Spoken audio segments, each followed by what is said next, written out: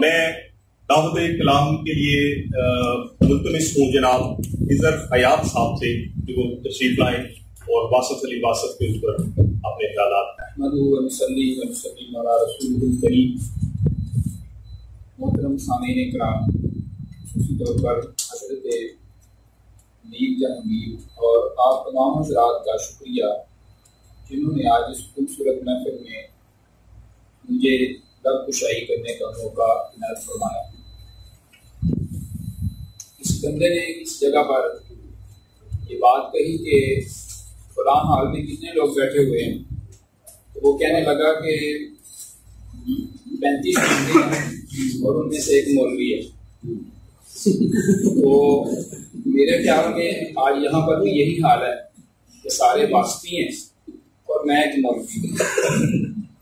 تو اللہ کا شکر ہے، پریشان ہونے کی کوئی بات نہیں کہ کافی دیر سے میں ابھی واسطی ہو چکا ہوں۔ ماشاءاللہ۔ میں تھوڑا سا اپنا جو بیک گراؤنڈ ہے ہسٹری اس کو تھوڑا سا بیان کروں گا کہ میں کیوں اسلام پہ چلا۔ بڑے پیارے دوست ہیں ڈاکٹر قمر زمان صاحب، ایک درویش بندے ہیں، تو مجھے فرمانے لگے آپ اس طرح کیا کریں کہ اشفاق بابا کو پڑھا کریں اور آپ کی طبیعت کے اندر بڑا سا فرق آ جائے۔ تو میں نے جب یہ حضرت اشفاق صاحب کو پڑھنا شروع کیا تو میں نے دیکھا کہ ان کی ہر بات شروع ہی واسف صاحب سے ہوتی ہے اور ختم ہی واسف صاحب سے جاتی ہے۔ تو میں نے پھر کچھ ان کو ڈھونڈنا شروع کیا اور ڈھونڈتے ڈھونڈتے ایک دن ان کے ساتھ ایسا معاملہ بنا کہ ہم حضرت غازی علم الدین رحمۃ اللہ تعالی آپ کی مزار شریف پر حاضری کے لیے حاضر ہوئے۔ تو نہیں پتا تھا کہ یہاں پر واسف صاحب علیہ رحمہ بھی قریبی رہتے ہیں۔ بس چلتے چلتے یو ٹرن لیتے لیتے بڑا خوبصورت ایک یو ٹرن آ گیا کہ اچانک نظر پڑی ان کے مزار پر، تو وہاں پر حاضر ہو گئے۔ یہ پہلی ملاقات تھی جو کہ حضرت واسف رحمۃ اللہ تعالیٰ آپ کے ساتھ۔ اور پھر اچانک میں نے کالج جوائن کیا جو کہ بائبل گروپ آف کالجز کے نام سے۔ تو پہلا دن تھا میرا وہاں پر، میں وہاں پر بیٹھا ہوا تھا آفس کے اندر۔ ایک بڑے درویش بندے جن کا نام پروفیسر عرفان اشرف ہے وہاں پر بیٹھے ہوئے تھے۔ تو پہلی ایک دو گفتگو سلام دعا کے بعد انہوں نے جب واسف صاحب کا نام لیا نا تو میں چونک پڑا۔ میں تو پہلے ہی ان کا چاہنے والا تھا، ملنے والا تھا کہ یار کو بندہ ملے۔ میں نے کہا یار آپ کے اندر یہ چیز کہاں سے آئی، آپ نے کہاں سے لی ہے؟ تو کچھ سلام دعا اور کلام کے بعد فرماتے ہیں کہ یہاں ہمارے قریب ایک میر صاحب رہتے ہیں، تو میں نا آپ کو ان کی بارگاہ میں لے جاؤں۔ تو میرا ان کا جو جملہ بڑا خوبصورت تھا، فرمانے لگے یار مجھے تو جو بھی ملتا نا میں تو اس کو اٹھا کے میر صاحب کی بارگاہ میں پیش کر دیتا، میرا کوئی معاملہ نہیں ہوتا، اب وہ جائیں اور ان کا کام جائیں۔ اور اللہ کا شکر ہے کہ ہم چند دنوں کے بعد ہی قبلہ میر صاحب کی بارگاہ میں حاضر ہوئے اور انہوں نے یہ سفر اس کا باقاعدہ طور پر آغاز کروایا اور بڑی محبتوں کے ساتھ۔ میں حضرت واسف صاحب کا یہ جملہ بڑا خوبصورت جو کہ گفتگو نمبر 9 صفحہ نمبر 232 کے اوپر آپ نے لکھا ہے کہ جو ہم خیال ہوں ہم سفر خود بخود ہو جاتے ہیں۔ تو میرے لیے یہ جملہ ایسے نہ مشعل راہ بن کے آیا۔ اور حضرت جو ہیں پروفیسر عرفان اشرف صاحب مجھے کہنے لگے یار میرا نا گفٹ یونیورسٹی سے جو ٹرانسفر ہوا ہے نا میں یہاں پہ آیا ہوں شاید اسی کام کے لیے آیا۔ تو اللہ تعالیٰ نے ایک بڑی سی رونق بخشی، بڑی محبتوں سے نوازا۔ وہ جو دل کے اندر ایک گھٹن تھی نا، وہ جو فتوی بازی تھی، وہ جو معاملات تھے، اور میں وہ اکثر تو وہ لفظ ہی نہیں بولتا، تو سینے کے اندر اتنی وسعت آئی کہ میں تمہیں کا مینڈک ہی تھا، تو میں اسی کو سارا سمندر سمجھتا رہا۔ لیکن جب میں نے ان کو پڑھنا شروع کیا، کیونکہ میں ایک مولوی تھا اور مولویوں کے ساتھ میری زیادہ سلام دعا تھی، بڑے سارے لوگوں نے مجھ پر یہ اعتراضات کیے کہ یار تو کس طرف چل پڑا ہے۔ ایک صاحب میرے بڑے پیارے دوست، تو ہمارا وقت جب بھی دیکھو انہی کے سٹیٹس ہو جاتا ہے، انہی کی باتیں کرتا ہے، اگر کوئی ویڈیو بناتا ہے تو انہی کو بنا دیتا ہے۔ میں نے ان کو ایک جملہ صرف واسف صاحب کا سنایا، تو تقریباً 3 سے 4 منٹ ان کی سستیاں میرے کانوں میں گونجی۔ لیکن میں آپ کو جملہ سناتا ہوں، اس کے بعد پھر آپ نا میرے اوپر جو بھی بات کریں گے میں سننے کے لیے تیار ہوں۔ واسف صاحب کا ایک جملہ جو کہ مفہوم اس کا میں عرض کر دیتا ہوں، وہ یہ ہے کہ لوگوں کے لیے بے ضرر ہونے سے فقیری شروع ہوتی ہے، اور جب آپ منفعت بخش ہو جاتے ہیں، لوگوں کے لیے نفع شروع کر دیتے ہیں، تو آپ کی فقیری مکمل ہو۔ جب یہ جملہ میں نے ان کو سنایا تو وہ کتنی دیر وہ روتے رہتے، کہتے ہیں یار بڑی کمال شخصیت ہے اور کمال کا آپ نے انتخاب کیا۔ میں نے کہا بس یہی بات ہے، کوشش کریں آپ بھی ان کو پڑھا کریں۔ اچھا، آخر میں آپ کو ایک چھوٹی سی بات یہ بھی سنانا چاہتا ہوں، جو کہ ان کی باتیں تو بڑی ساری ہیں، کیونکہ آج امن کانفرنس ہے۔ سب سے پہلے میں اپنے لیے یہ سبق میں جو سنا رہا ہوں، میں اپنے لیے اس کو کوشش کرتا ہوں کہ اپنے اوپر لاگو کروں۔ امن کسے کہتے ہیں؟ سب سے بڑا امن بندے کے اپنے اندر ہوگا تو پھر بندہ امن کا داعی ہوگا۔ امن کسی کو، تو اس سے بڑا امن کیا ہے کہ یار تم لوگوں کو معاف کر دو اور لوگوں سے معافی مانگ دو۔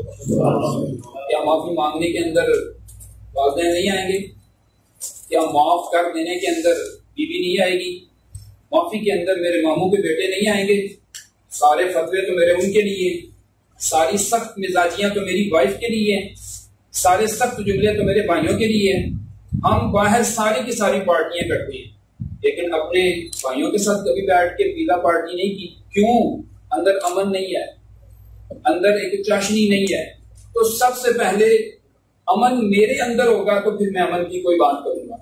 سب سے پہلے امن میری مسجد میں ہوگا تو پھر میں کسی بندے کو امن کی بات کہہ سکوں گا۔ سب سے زیادہ امن جب میرے گھر میں ہوگا تو پھر میں کسی کو اس کے بارے میں موٹیویٹ کر سکوں گا۔ ہمارے اپنے اندر امن نہیں ہے تو ہم پوری دنیا کو امن کا گہوارہ بنانا چاہتے ہیں، ایسا ممکن نہیں۔ آپ ایسا کر لیں کہ جیسے کوئی بندہ یہ کہتا ہے کہ میں نا یہ گجرانوالہ کے اندر یا پنجاب کے اندر یا پاکستان کے اندر میں اسلامی قانون نافذ کرنا چاہتا ہوں۔ او بھائی تم کیا اسلامی قانون نافذ کرنا چاہتے ہو؟ تم تو اپنے 5 فٹ کے قد کے اوپر اسلامی قانون کو نافذ نہیں کر سکے، تو پھر تم ساری دنیا کے اوپر کیسے قانون کو نافذ کر سکتے ہو؟ اگر میں امن کا متمنی ہوں، امن کا چاہنے والا ہوں، تو سب سے پہلے مجھے اپنے اندر امن کو لانا ہوگا، فتوی بازی سے پرہیز کرنی ہوگی، دل میں نصرت لانا ہوگا، اور لوگوں کو اللہ تبارک و تعالیٰ کی مخلوق سمجھتے ہوئے اور نبی پاک صلی اللہ علیہ وسلم کی امت سمجھتے ہوئے ان کے ساتھ شفقت سے، مہربانی سے پیش آنا۔ اچھا، کچھ لوگ یہ بھی کہتے ہیں کہ یار باسط صاحب کس جگہ پہ ہیں، ان کا مقام کیا ہے؟ اور ہم نے تو کوئی ایسا معاملہ نہیں دیکھا۔ کچھ میں چھوٹی سی ایک حقائق ایک بات آپ کو عرض کرتا ہوں۔ حضرت نظام الدین اولیاء رحمۃ اللہ تعالی علیہ اور حضرت ابو علی قلندر، ان دونوں کا وقت ہے۔ تو حضرت نظام الدین اولیاء رحمۃ اللہ تعالی علیہ آپ کے مرید با کمال امیر خسرو رحمۃ اللہ تعالی علیہ آپ تھے۔ تو آپ نے ارشاد فرمایا امیر خسرو اس طرح کیا کرو، تم جایا کرو اور ابو علی قلندر کی بارگاہ میں بیٹھا کرو، ہر جمعرات کو وہاں پر محفل، اور اس محفل میں تم حاضری دیا کرو۔ اور حضرت امیر خسرو رحمۃ اللہ تعالی علیہ آپ نے امیر حکم کرتے ہوئے وہاں پر جانا شروع کر دیا۔ چند ہی دن گزرے، ابو علی قلندر ارشاد فرماتے ہیں امیر خسرو یار تمہارے جو پیر ہیں نظام الدین اولیاء رحمۃ اللہ تعالی علیہ، میں نا ان کو نبی پاک صلی اللہ علیہ وسلم کی بارگاہ میں جب پہنچتا ہوں نا وہاں پر دیکھتا نہیں ہوں، میں آپ کی محفل میں وہ موجود نہیں ہوتے، ان کا کیا سٹیٹس ہے، کیا مقام ہے، تو میں ان کو وہاں پر نہیں دیکھتا۔ امیر خسرو آپ نے محفل کو ترک نہیں کیا، چڑھتے رہے، لیکن دل کے اندر ایک عجیب سا بوجھ محسوس کیا، یار اتنی بڑی بات انہوں نے کہہ دی ہے، میرے حضرت تو بڑے اعلیٰ قسم کے بندے ہیں۔ تو ایک دن پریشانی کے عالم میں بیٹھے ہوئے تھے حضرت نظام الدین اولیاء رحمۃ اللہ تعالی، آپ نے پوچھا امیر خسرو کیا وجہ ہے، اس وجہ سے تو پریشان ہے؟ تو انہوں نے یہ ساری بات عرض کر دی کہ حضور یہ وجہ ہے۔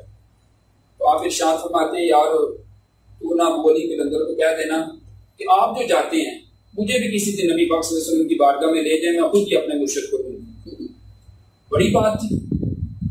2-4 دن گزرے تو پھر یہ بات ہوئی، تو حضرت ابو علی قلندر ارشاد فرماتے ہیں یار میں نے تجھے ایک بات کہی تھی تو تو نے اس کا کوئی بر جواب نہیں دیا۔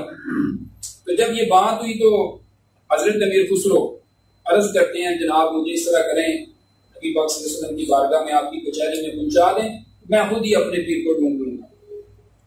انہوں نے ان کے سینے کے اوپر ہاتھ رکھا اور نبی پاک صلی اللہ علیہ وسلم کی بارگاہ میں پہنچ گئے۔ جب وہاں پر پہنچے، باہر کھڑے تھے، اندر نبی مہربان صلی اللہ علیہ وسلم بھی موجود ہیں اور دیگر اولیاء کرام موجود ہیں۔ آپ دیکھ رہے ہیں، آپ دیکھ رہے ہیں کہ وہاں پر حضرت نظام الدین اولیاء مجھے نظر نہیں آئے. تو حضور علیہ الصلوۃ والسلام جو مفہوم مبارک ہے آپ نے ارشاد فرمایا کہ امیر خسرو کس کو ڈھونڈ رہے ہو, کس کو ملنا ہے آپ نے؟ تو عرض کرتے ہیں سیدی میں نے اپنے حضرت صاحب کو ڈھونڈ رہا ہوں جن کا نام نظام الدین اولیاء ہے. تو آپ نے ارشاد فرمایا اس منظر میں نہیں, تھوڑا سا اوپر آ کے دیکھو. جب اوپر گئے تو وہاں پر بھی دروازے پہ کھڑے ہو کے دیکھتے رہے, لیکن حضرت صاحب نظر نہیں آئے. نبی پاک صلی اللہ علیہ وسلم نے پھر ارشاد فرمایا کچھ لوگ کس کو ڈھونڈ رہے ہو؟ تو وہ عرض کرتے ہیں حضور اپنے مرشد کو ڈھونڈ رہا ہوں. تو آپ نے پھر ارشاد فرمایا کہ یہاں پر نہیں ہے, تم تھوڑا سا اپر لیول پہ آؤ. ایون کہ 7ویں منزل پر حضرت امیر خسرو جب پہنچے تو دیکھتے کیا ہیں کہ نبی پاک صلی اللہ علیہ وسلم کی دائیں جانب حضرت نظام الدین اولیاء ایسے نظریں نیچی کر کے بیٹھے ہوئے. میری بات ختم ہو گئی. جن لوگوں کو جن کی رسائی نبی پاک صلی اللہ علیہ وسلم تک ہے, اگر ان کو وہاں پر حضرت واسف صاحب نظر نہیں نہ آتے, ان کو چاہیے کہ 7ویں منزل پر جا کے دیکھو.